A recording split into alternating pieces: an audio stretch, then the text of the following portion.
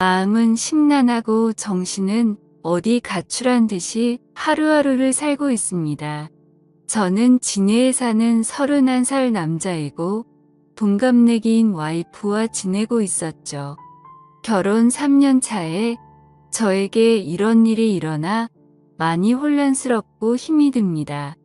와이프는 아이를 가진 후 육아 휴직을 하며 집에서 생활하였고 아이 낳고 살이 쪄 운동하고 싶다고 해서 헬스 개인 PT도 150만원짜리 결제도 해주면서 제 나름대로는 제 아내를 잘 챙겨줬다고 생각하고 살았습니다.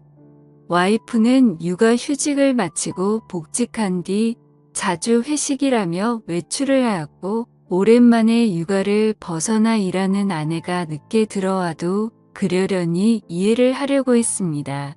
그런데 제가 너무 이해를 해준 탓일까요? 술을 먹고 새벽 4시 넘어 귀가하는 시간이 점점 늘어가기 시작했고 의심을 하면서도 저희에게는 눈에 넣어도 안 아픈 2돌도 안 된 아기가 있는데 설마 그런 짓을 할까 생각하였습니다. 올해 3월 아이가 2돌이 되기 며칠 전 저는 보고 싶지도 생각하기도 싫은 장면을 보았습니다. 빌라 2층 베란다에 있는데 어떤 남자와 와이프가 함께 빌라 입구로 오더니 남자가 제 와이프에게 목에 멍자국 잘 가려라는 말을 하는 걸 들었습니다. 그 소리를 들은 저는 격분해서 베란다 위에서 뭐냐고 따지니 남자 놈은 택시를 타고 도망가듯 갔고 와이프는 집으로 올라오더니 회사 동생에게 무슨 짓이냐고 적반하장으로 나오는 겁니다. 아내는 술도 안 먹었다고 하는데 술 냄새가 났고 그 상태로 아기가 자고 있는 곳으로 가려고 해서 저는 그 몸으로 어딜 가냐고 화를 냈습니다. 그러고는 화장실에 들어가서 안 나오길래 장모님께 먼저 전화를 걸었고 팔은 안으로 굽는다고 장모님은 그럴 애가 아니다 라고 반복해서 말을 하시더라고요. 제가 장모님께 전화하는 걸 들었는지 와이프는 밖으로 나와서 장모님과의 통화를 끊어버리더니 나도 숨 좀 쉬고 살자고 하는 겁니다. 솔직히 와이프는 주간 야간을 번갈아 가며 일을 하는 회사였었고 저는 야간이 없는 병원 일을 해서 칼퇴가 가능해서 애를 돌보는 건 온전히 제 몫이었습니다. 저는 5시 반 퇴근이라 어린이집에서 애를 데려오는 것도 제가 했고 집에 데려와 애를 씻기는 것도 밥을 먹이는 것, 재우는 것, 그 모든 걸 제가 다 했습니다.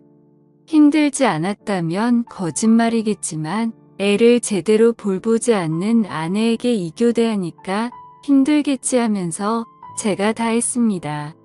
와이프는 간혹 저와 함께 쉬는 날이면 2살인 애한테 계속 TV를 보여주며 혼자 놀게 두었고 와이프는 핸드폰만 만지작 거리는 게 일쑤였습니다. 술 먹고 들어온 그날 저와 말다툼을 하고 와이프는 집을 나갔고 그날 집에 들어오지 않았습니다. 나중에 알고 보니 회사 근처 숙박업소로 갔더군요. 다음날 아침에 얼마 전에 사줬던 와이프 차 안에 있던 블랙박스를 보니 가관이더군요. 며칠 전 봤던 그 남자와의 대화 녹음이었는데 누가 들어도 연인처럼 대화를 주고 받더라고요. 손이 부들부들 떨리고 화가 나서 도저히 참을 수가 없었습니다. 그래서 저는 곧장 처가에 제가 본 영상 내용 다 말하고 장모님은 그제서야 용서해달라고 했지만 저는 용서할 자신이 없었습니다. 더 황당한 건 그 소식을 듣고 나중에 아내한테서 전화가 오더니 어떻게 할 건데? 라고 묻더군요. 그 전부터 저한테 바람 피면 이혼이다 라고 말한 여자였기에 이혼이다. 네가 한 짓은 간통이다 뭐가 그리 떳떳하게 말하냐라고 했더니 간통죄 없어졌다고 뻔뻔하게 말하더군요. 그래서 저는 더 이상 이 여자와 살면 안 되겠다는 생각에 애기 데리고 나와 현재 본가로 들어와서 살고 있습니다. 이혼 준비하면서 와이프에 대해 이리저리 알아보니 대단하더군요. 전 직장에서 양다리 걸치고 그중 한 남자한테는 몇 백만 원 빌린 뒤에 잠수 타버리고 대부업에 손대서 추심 들어올 뻔한 적도 있고 그랬다더군요. 도대체 왜 결혼 전에 그걸 알아볼 생각을 못했을까 후회도 되었고 결혼 전에 알았다면 얼마나 좋았을까 싶었습니다. 그리고 와이프가 만나는 남자에 대해서도 녹음된 이야기를 들어보니 작년에 군대 전역한 젊은 놈이더라고요. 그 놈은 뭐가 좋다고 유부녀랑 놀아났는지 참 어이가 없습니다.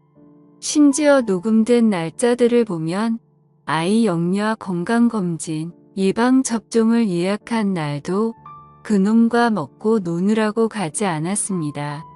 아이 태아 보험료도 1년 내고 그 다음 아예 넣지를 않아 실효되었더군요. 저는 알아서 잘 넣고 있는 줄만 알았습니다. 와이프는 저에게 정확한 월급에 대해 이야기를 해준 적이 없어 거의 생활비는 제 카드로 결제를 했던 상황이라 와이프의 카드 내용을 제가 잘 몰랐습니다. 그런데 그제서야 와이프의 카드 결제 내역을 보니 정말 한숨만 나오더군요. 한 달에 월 250만 원은 넘게 쓰고 있었고 벌써 카드 한도 초과까지 썼더라고요. 그런데도 그놈 자취하는 곳 주위에서 이불집에서 74만 원치를 긁었더군요. 무슨 같이 살림 차릴 생각인지 생각조차 하기가 싫었습니다. 아무튼 그 여자 빚 때문에 협에 이혼하고 있습니다. 복수하고 싶은데 명예훼손이니 뭐니 피해자를 위한 법은 없더라고요. 회사에 이것들 이름 다 까발리고 싶지만 제게는 아이가 있기에 제가 범죄자가 되면 안 될 것 같아 참고 있습니다. 아이는 엄마의 정을 받고 자라지 않아 다행인지 엄마를 찾지 않고 잘 지내고 있습니다. 왜 가해자들은 저렇게 웃으면서 지내는데 피해자인 제가 이렇게 힘들어야 하나요? 대한민국 법은 가해자를 위한 법인 것 같습니다. 중구난방으로 적었습니다. 긴 글 읽어주셔서 감사합니다. 다음은 후기 내용입니다. 안녕하세요. 여러분들, 저는 이 글쓴이의 절친한 친구입니다. 친구에게 양해를 구해 계정을 빌려서 작성을 하고 있습니다. 제가 목격한 사실들을 얘기하기 위해서입니다. 저는 이 친구의 연애 시절부터 쭉 지켜봐 왔습니다. 이 여자 때문에 항상 힘들어 했습니다. 사람들 앞에서 무안 주는 거는 예사고 친구의 친척들과 모이는 자리, 모처럼 대학교 친구, 고등학교 친구들이 모이는 자리에도 전화로 거기는 왜 갔냐? 지금 당장 집에 들어가라. 그럴 시간에 나를 보러 오라고 떼를 쓰고 화를 내고 욕하는 게 다반사였습니다. 제가 보기에도 집착이 병적으로 심했습니다. 친구들 커플끼리 놀러갈 때도 자기 맘에 안 드는 게 하나라도 있으면 바로 버스를 타고 혼자 집에 가버리고 집에 가서 전화로 화내고 욕하고 그러더군요. 더 웃긴 일도 있습니다. 결혼식 전날 친구 커플들끼리 모였습니다. 분명히 그 여자한테도 얘기를 했고요. 임신 때문에 술을 마시면 안 되니 친구 보고 혼자 가서 놀라고 했습니다. 친구들끼리 재밌게 노는데 수시로 전화가 오더군요. 나 빼고 노니깐 재밌냐고 하면서 집에 빨리 안 들어가냐고 뭐하는 짓이냐고 온갖 소리를 지르더라고요. 옆에서 통화를 듣고 있던 저희 친구들도 다 황당했습니다. 분명히 같이 가자고 얘기도 했었고 허락을 했었으니깐요. 아무튼 그날 또 여러분이 생각하시는 대로 또 싸웠습니다. 그래도 다음날 결혼식이니 잘 풀리길 바라면서 집으로 귀가를 했죠. 결혼 후에는 제 친구한테 심한 말을 많이 했습니다. 특히 친구 부모님을 무시하기 일쑤였습니다.